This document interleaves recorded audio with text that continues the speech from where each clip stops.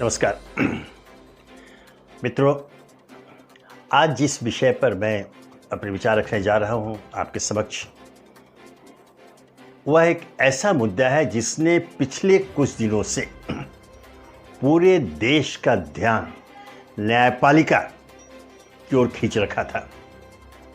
हाँ, मैं प्रशांत भूषण मामले की बात कर रहा हूं, जिसे भारत के सर्वोच्च न्यायालय ने उनको दोषी करार दिया था द्वेषपूर्ण, अभद्र और सुनियोजित ढंग से न्यायपालिका, विशेषकर सर्वोच्च न्यायालय पर हमले का। वो दोषी तो करार दे दिया ताबड़तोड़। उसके बाद जब सजा की बात आई तो खुद सुप्रीम कोर्ट के जजों ने स्वयं को ऊहापोह की स्थिति में पाया। आप सभी को मालूम है, जो तिथि निर्धारित थी उसके पहले कहा कि माफ़ी मांग लें। उन्होंने कहा मैं माफ़ी नहीं मांगूंगा, साफ कह दिया था। उन्होंने कहा कि अपने बयान से मुकरना अपनी अंतरात्मा की अवमानना होगी, उन्होंने स्पष्ट कर दिया था।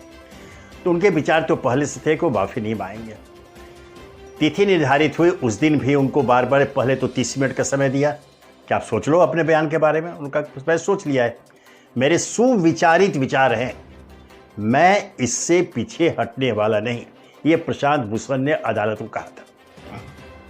बावजूद इसके अदालत ने उनको कुछ दिनों का समय दिया और जो तारीख निश्चित की उस दिन सजा का, उस दिन भी सजा नहीं दे पाए।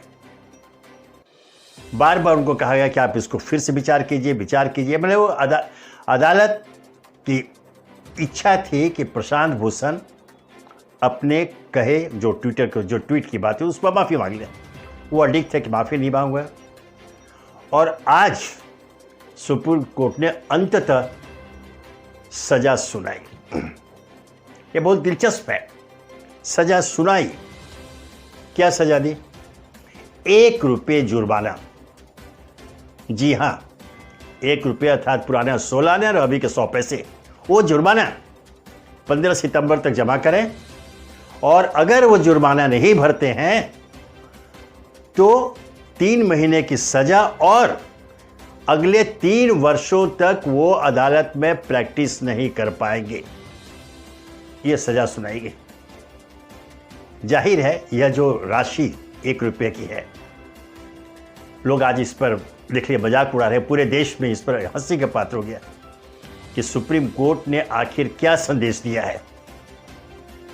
मित्रों, संदेश यही गया कि सुप्रीम कोर्ट के जजों को कहीं न कहीं इस बात का एहसास था कि उन्होंने जो अभियुक्त माना, इनका जो दोष माना है वो गलत हुआ है।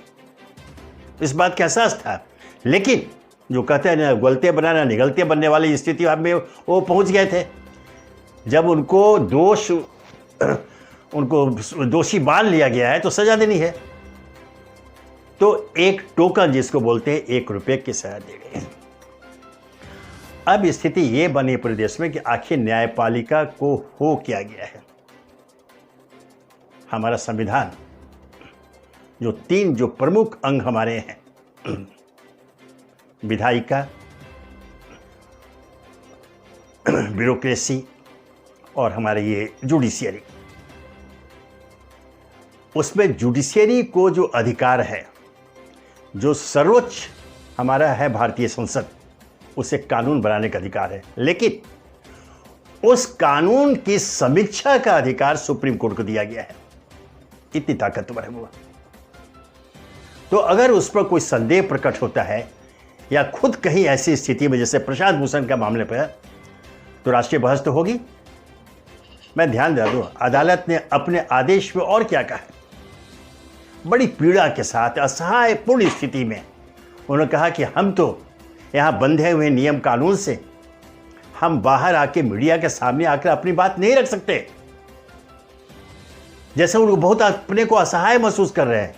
लेकिन हमें, आपको सभी को मालूम है कि पिछले वर्ष सुप्रीम कोर्ट के 4 बड़े जज, सीनियर जजेस बाहर मीडिया के सामने आए, अपनी बात रखी और सिर्फ अपनी बात नहीं रखी, यह भी कहा कि आज हमें काम नहीं करने दिया जा रहा है, सुप्रीम कोर्ट दबाव में है। क्या बाहर नहीं आए थे? इसलिए यह कहना कि हम तो बाहर नहीं आ सकते, आप आ चुके, परंपरा बन गई, सामने दृष्टांत है, और विडंबना के रूप में उन 4 जजों में से एक भारत के मुख्य न्यायाधीश भी बने, यह भी सामने है। तो आप अपने को लाचार असहाय मत दिखाइए। जैसे आपने कहा प्रशांत भूषण को सुनाई के मामले कि माफी मांगने में क्या हर्ज है, सही बात है। उसी तरह आपसे भी पूछा जा सकता है, अदालत से भी, कि अपने किसी गलत निष्कर्ष पर पहुंचने के बाद आप उस पर पुनर्विचार क्यों नहीं कर सकते? कर सकते हैं, हाँ हमसे गलती हो गई। तो सच मानिए तो आज का जो दंड है 1 रुपया और उसके साथ हुआ है ना, यह दर्शाता है कि भले ही सर्वोच्च न्यायालय ने प्रशांत भूषण को अवमानना का दोषी ठहराया, लेकिन आज देश की जनता यह मानकर चल रही है कि हार सुप्रीम कोर्ट की हुई है, प्रशांत भूषण की नहीं। जनता की अदालत का यह फैसला है।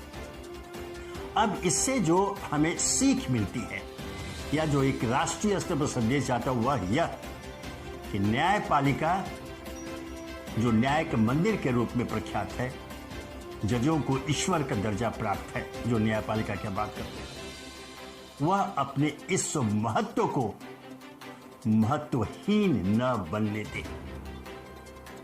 क्योंकि जो स्थितियां हैं लोकतंत्र में होता है, मैं उसे नहीं कहता कोई बहुत ही असामान्य स्थिति पैदा हुई है। आज एक अविश्वास का जो वातावरण पूरे देश में फैल गया है, ऐसा कहा जा रहा है, ऐसी सुगुगाहट है कि सुनियोजित ढंग से धीरे धीरे लोकतंत्र को समाप्त किया जा रहा है। जो पहले ये होता था, जो केंद्रीय मंत्रिमंडल या मंत्रिपरिषद चल रही, पहले एक सामूहिक निर्णय हुआ करते थे चर्चा के बावजूद। आज जो जानकारी बाहर आ रही है, और ये पुष्ट जानकारी है, ऐसा कुछ नहीं होता। आज कहीं एक जगह बैठ करके फैसले होते हैं और उस पर मुहर लगती है मंत्रिमंडल की।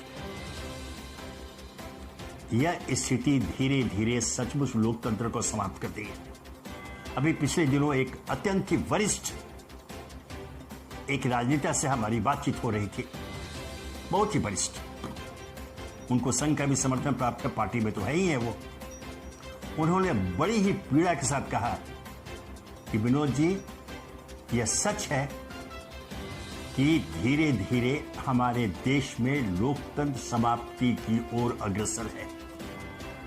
बाकी बहुत सारी बातें हुई, किसी अन्य अवसर पर उन पर प्रकाश डालूंगा, लेकिन यह जो एक पंक्ति है, लोकतंत्र की समाप्ति, यह खतरनाक है और एक इशारा है हर भारतीय नागरिक के लिए कि वह सजग सतर्क हो जाए, अपने लिए ही नहीं, अपने समाज के लिए, अपने देश के लिए, और जिस लोकतंत्र की नींव हमने रखी है, जिस पर हमारे निर्वाचित जनप्रतिनिधि विधानसभाओं में और संसद में बैठ करके शासन करते हैं, संविधान की रक्षा करते हैं, उनके लिए संदेश है कि वो सबसे पहले देश हित का सोचे, निज हित का नहीं या दल हित का नहीं। भाषण तो दिए जाते हैं, हमारे प्रधानमंत्री भाषण देते हैं कि देश पहले पार्टी बाद में, ठीक है, लेकिन यह सिर्फ शब्दों में सीमित नहीं रहना चाहिए, यह क्रियान्वित होता हुआ भी व्यवहार के स्तर पर दिखाई देना चाहिए, जो आज नहीं है। यह एक दुखद स्थिति है। इसलिए मित्रों, आप भी सजग सतर्क हो जाए। और अंत में एक संदेश पुनः न्यायपालिका को, आप अपने महत्व को कमतर नहीं कीजिए। आपके ऊपर पूरे संविधान की रक्षा का भार है, लोकतंत्र की नींव को मजबूत रखने का भार है।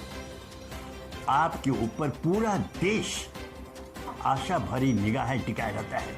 क्या आप उन्हें धोखा देंगे? नहीं, मैं नहीं समझता।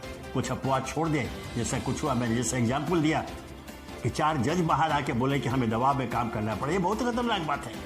इस पर क्यों नहीं चर्चा होती है? इस पर क्यों नहीं राष्ट्रीय बहस हो? आखिर उन जजों को यह कहने की जरूरत क्यों पड़ी या कहने को मजबूर क्यों हुए? कहीं ना कहीं कोई चिंगारी तो है। तो इसके पहले वो चिंगारी दावानल का रूप ले ले, इस पर एक राष्ट्रीय बहस हो, राष्ट्रीय विचार मंथन हो और न्यायपालिका को यह एहसास दिला दिया जाए कि आपको जो संविधान ने स्वतंत्र अधिकार दिया हुआ है वह सुरक्षित रहेगा, पूरे देश आपके साथ रहेगा। आप अपना कर्तव्य निष्पादन निडरता से, ईमानदारी के साथ करते चले जाएं। पूरा देश, पूरा भारत आपके साथ रहेगा। आप किसी का परवाह न कीजिए। ये लोकतंत्र है जो हम लोग ने पार्लियामेंट्री डेमोक्रेसी की जो बात हम करते हैं, उसे नेता आएंगे जाएंगे, पार्टियां भी रहेंगे, नई पार्टियां बनेंगी, पुरानी पार्टियां जाएंगी, ये तो उठा पटक होता रहेगा। लेकिन देश अपनी जगह मौजूद रहेगा, जुडिशियरी अपनी जगह मौजूद रहेगी, एग्जीक्यूटिव अपनी जगह रहेंगे, है ना, लेजिस्लेचर अपनी जगह रहेंगे। इनकी रक्षा का दायित्व अंततः सर्वोच्च न्यायालय पर पड़ता है, क्योंकि उसे अधिकार दिया हुआ है समीक्षा का, निरीक्षण का। इसलिए मेरी तो करवद प्रार्थना है सुप्रीम कोर्ट के न्यायाधीशों से कि कृपया करके आप संविधान सम्मत फैसले दीजिए। किसी दबाव में आप नहीं आइए, किसी प्रलोभन में आप नहीं आइए। यह कहने के लिए इसे मजबूर हुआ कि मैं फिर दोहरा दूं कि चूंकि यह बातें आप लोगों ने बाहर आकर के मीडिया की समझ कही है, क्या दबाव में है, आप देखिए पूरी देश की जनता आपका साथ देगी। आप न्याय मंदिर में बैठे हुए भगवान का दर्जा आपको प्राप्त है, उससे आप कटघरे में खड़ा नहीं होने दीजिए। प्रशांत भूषण के मामले में यही संदेश गया है। और जिस प्रकार का जो कहा, जो हास्यास्पद जो सजा दी गई, हास्यास्पद इसलिए कह रहा हूं कि आज पूरा देश हंस रहा है और पूरे देश में एक स्वर से बात उठ रही है। जो दलगत प्रतिबद्धता जिनकी, उनकी बातें छोड़ दीजिए, उनका सुर अलग होता है। मैं आम जनता की बात कर रहा हूं एक स्वर से कि यह सजा दे करके सर्वोच्च न्यायालय ने यह संकेत दे दिया है कि जो प्रशांत भूषण को दोषी ठहराया था वो गलत था। नमस्कार।